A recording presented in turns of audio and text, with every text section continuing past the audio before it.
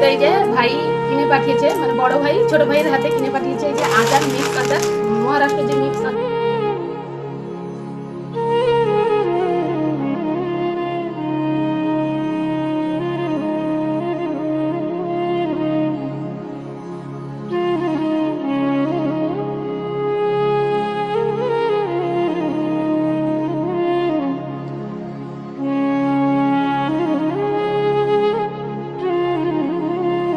মেয়েকে নিয়ে যাওয়া অসম্ভব।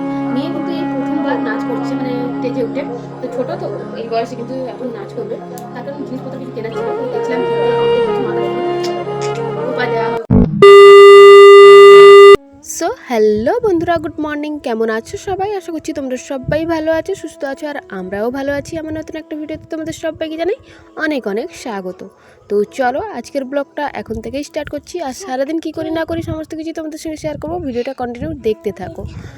তো সকালবেলা ঘুম থেকে উঠেই কিন্তু ফ্রেশ ট্রেশ হয়ে গেছিলাম। তারপরে এদিকে দেখো বাসি বিছানাটা ওটা কিন্তু গুছাতে চলে এসেছিলাম, গুছিয়ে নিচ্ছিলাম। আর জানো তো মেয়ের শরীর কিন্তু একদমই ভালো ছিল না, এখন একটু ভালো হয়েছে বলে তোমাদের সঙ্গে ভিডিওটা এডিটিং করে শেয়ার করছি। আমার বলো আমার বাড়িতে কারোরই শরীর ভালো ছিল না, আর বিশেষ করে আমার মেয়েরও কিন্তু শরীর একদমই ভালো ছিল না। ডাক্তারের কাছে গিয়ে কিন্তু ওর মানে হাতের মধ্যে চ্যানেল করে নিয়ে আসা হয়েছে, দুবেলা ইঞ্জেকশন দিতে হয়, এমনটাই পরিস্থিতি হয়ে গেছিলো। তো যাই হোক, তার কারণে কিন্তু মেয়ের শরীর ভালো নেই, একে দুয়ে তো বাড়ির কারোর শরীর ভালো নেই, তার কারণে কিন্তু ভিডিও এডিটিং বলো বা ভয়েস দেওয়া কোনো কিছুই করে কিন্তু তোমাদের সঙ্গে ভিডিও শেয়ার করতে পারিনি। যাই হোক, বিছানাটাকে ভালো করে গুছিয়ে নিয়েছিলাম। তারপরে এইদিকে দেখো চলে এসেছিলাম, এই যে আলনার অবস্থা দেখেছো, মানে বাবার বাড়িতে যে গেছিলাম তার পরের দিন বোন ছিল বাড়িতে। তো বোন যখন বাড়িতে ছিল তখনও কিন্তু মানে সেই অবস্থা, রুমের এইরকমই অবস্থা ছিল। বাবার বাড়িতে যখন চলে গেছিলাম রুমের অবস্থা মানে আলনার অবস্থা এরকমই ছিল। এসে এই যে বোনও চলে গেছে, তো ভাবলাম চলো আলনাটা একটু গুছিয়ে নিই, কারণ এই আলনার মধ্যে মেয়ের জামা কাপড় আর আমার জামা কাপড়, আদার্স আর কারোরই নেই। জানোই তো তোমাদের দাদাভাই বাড়িতে নেই, আর তোমাদের দাদাভাই কিন্তু বাড়িতে থাকলেও সেরকম আলনার মধ্যে জামা কাপড় রাখে না। তো এইদিকে গোছাচ্ছিলাম। আর জানো তো এই ভিডিওটা কিন্তু করেছিলাম হোলির দিন। তো হোলি আমার মানে কি বলবো, তোমাদের সঙ্গে ভিডিওটা শেয়ার করছি দুটো দিনের ভিডিও মিলিয়ে। আমার বিয়ে 4 বছর হয়ে গেল। 4 বছর বিয়েতে মানে কি বলবো, আমার মানে হোলি এইখানে এই শ্বশুরবাড়িতে হোলি বলো বা হোলি বলতে কোনো কিছু থাকে না, মানে এইখানে দেখেছি কাউকেই হোলি খেলতে দেখিনি। আর আমারও সেরকম হোলি মানে খেলা হয়ে ওঠে না।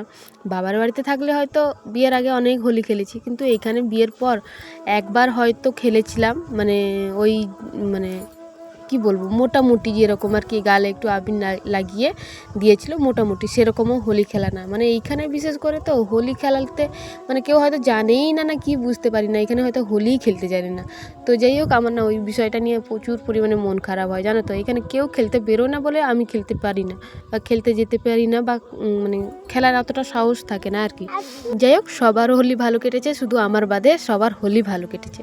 তো যাই হোক, এইদিকে দেখো আমি কিন্তু এখন সকালবেলা চলে এসেছিলাম শাকগুলোকে কাটতে, শাকগুলো বেছে নিয়েছিলাম, তারপর কিন্তু কাটতে শুরু করে দিয়েছিলাম। হ্যাঁ, আজ অনেক দিনের পর বাড়িতে শাক রান্না হচ্ছে।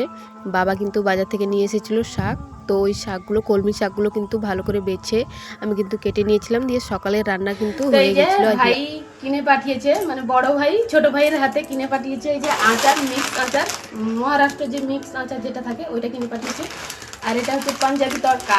এটা কিন্তু খেতে ভালো লাগে, কিন্তু আমি কোনোদিনও খাইনি। ভাই বলেছিল যে খেতে ভালো লাগে, টক টক ঝাল ঝাল মিষ্টি মিষ্টি লাগে। তো পাঞ্জাবি তড়কা মানে একটা চানাচুর টাইপের আর কি। তো এটা কিনে পাঠিয়েছে। আর এই যে এটা ওকে বলেছিলাম যে নারকেলের যে ক্যাডবেরি বা চকলেট টকলেট থাকে না, ওইগুলো কিনে পাঠাবি। তো বলছে যে আমি পাইনি দিদি, আমি যখন যাবো বাড়ি তখন নিয়ে আসবো। তো তার কারণে এইগুলো দিয়ে পাঠিয়েছি। আর এর মধ্যে বিশু সবুরা একটা। আর এই যে চকলেট, এগুলো কে দিয়েছে রে? তুই নিয়ে এসেছিস? আর এই যে ছোট ভাই এই যে পালস চকলেট নিয়েছে। আমার মনে নেই, সে যদি মাজা দিস সত্যি মাজা না, একদম কেন না ওই অর্ধা অর্ধা হাত মনে। তো এদিকে দেখো রান্নাবান্না কিন্তু দুপুরে বসিয়ে দিয়েছিলাম, এই যে রান্নাবান্না শুরু করে দিয়েছিলাম, কুমড়োর চপ বানাচ্ছিলাম।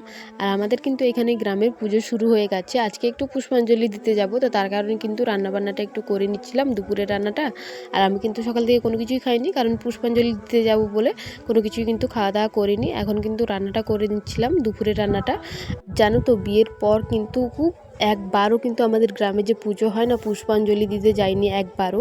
তো বিয়ের পর থেকে একবারও যাইনি। তো ভাবছিলাম এই বছর একটু মন হচ্ছিল যে একটু পুজো দিতে যাব বলে বাবাকে বলেছিলাম ফলমূল নিয়ে আসতে। তো বাবা কিন্তু ফলমূল নিয়ে চলে এসেছে। আর একটু দেরি করে যাব, বাড়ির না, বাড়ির পাশের যে কাকিমারা সবাই যখন যাবে তখনই কিন্তু যাব বলে কিন্তু এখন আর যাব না। মানে দুপুরে রান্নাবান্নাটা করে নিচ্ছিলাম, বেশ ভালোও লাগছিল। এবছর কিন্তু মন চাইলো বলে করলাম আর কি, মানে পুজোটা দিতে যাচ্ছিলাম। আর এর আগে কিন্তু দিতে যেতে পারিনি কিছু কারণের জন্য, কিন্তু এর আগে যে পুজো দিতে যেতে পারিনি, এবছর মন হচ্ছিল। তো ভাবলাম চলো একবার মানে মায়ের কাছ থেকে পুজো দিয়ে আসি। রান্নাবান্না কমপ্লিট করে নিয়েছিলাম, তারপরে এদিকে দেখো এখন কিন্তু আলতা পরছিলাম, এখন বর্তমানে আলতা পরছিলাম। এরপর কিন্তু শাড়ি টাড়ি পরবো, সমস্ত কিছু করব। এখনও কিন্তু যাব না, মানে একটু দেরি করে যাব, ওই দুপুর না, ওই বিকাল 4টার দিকে কিন্তু পুজো দিতেই যাব আর কি। এদিকে দেখো আমার কিন্তু আলতা পরাটা কমপ্লিট। কেমন লাগছে অবশ্যই কিন্তু কমেন্টে জানিও। এর আগে কিন্তু একটা শর্ট ভিডিও পোস্ট করেছি এই আলতা মাখা পায়ে। অনেকেই কিন্তু আমার এই আলতা মাখা পায়ে কিন্তু অনেকেই ভালোবাসা দিয়েছো, তো তাদেরকে জানাই থ্যাংক ইউ, অনেক অনেক ভালোবাসা তোমাদেরকে জানাই। যাই হোক আলতা পরে নিয়েছিলাম, তারপরে এদিকে দেখো ফলমূল যে বাবা নিয়ে এসেছিলো না, ওইগুলোকে এখন ধুয়ে না একটা কলা পাতা কেটে নিয়ে এসেছি, ওর মধ্যে রেখে দেবো। আর এই যে পিতলের যে এটা যে দেখতে পাচ্ছ না, এটাকে না আজকে একটু ভালো করে তেঁতুল দিয়ে পরিষ্কার করছি। দেখো কি সুন্দর চকচক করছে, তেঁতুল দিয়ে পরিষ্কার করে নিয়েছিলাম, কি সুন্দর চকচক করছিল জানো তো। ভিনিগার দিয়ে প্রথমেই কিন্তু ভিনিগার দিয়ে ভালো করে একটু ঘষে নিয়েছিলাম, তারপর কিন্তু একটু তেঁতুল দিয়ে আর কাঁচা আমের পাতা দিয়ে কিন্তু ভালো করে কি বেশিও ঘষতে হয়নি, মানে হালকা হাতে কিন্তু ঘষে দিয়েছি, পুরো নতুনের মতন চকচক করছে। তো যাই হোক আমি ব্যাগের মধ্যে একটু ঢুকিয়ে দেখলাম যে ওটা ধরবে নাকি ঝুড়িটা, মানে ফুলের ঝুড়িটা। যেই ধরলো দেখলাম ব্যাগের মধ্যে খুব সুন্দরভাবে হয়ে গেছে। আর এদিকে দেখো ফলমূলগুলো ছিল, ওইগুলোকে একটু ধুয়ে ভাবলাম চলো একটা কলা পাতা কেটে নিয়ে এসেছি, তো ভাবলাম ফলমূলগুলোকে একটু ধুয়ে ভালো করে রেখে দিই, কারণ ওইখানে গিয়ে তাড়াহুড়োর মধ্যে ফলমূল ধুতে পারবো কি না পারবো সেটা তার নেই ঠিক। তো ভাবলাম চলো যখন সমস্ত কিছু হয়ে গেছে এখন আর বসে বসে কি করব। এখনও কিন্তু কাকিমারা সবাই বললো যে একটু বেলার দিকে যাবে, তো তার কারণেই ভাবলাম এখন যখন টাইম আছে ফলগুলো যেগুলো নিয়ে এসেছিলো ওইগুলো একটু ভালো করে ধুয়ে দিই। জানো তো যাদের হাজব্যান্ড বাইরে থাকে তাদের কোনো কিছুতে আশা করা উচিত নয় যে হ্যাঁ এই পুজোতে আমার হাজব্যান্ড থাকবে, কি ওই পুজোতে আমার হাজব্যান্ড থাকবে, কি এই অনুষ্ঠানে আমার হাজব্যান্ড থাকবে, এই আশাটা করা উচিত নয়।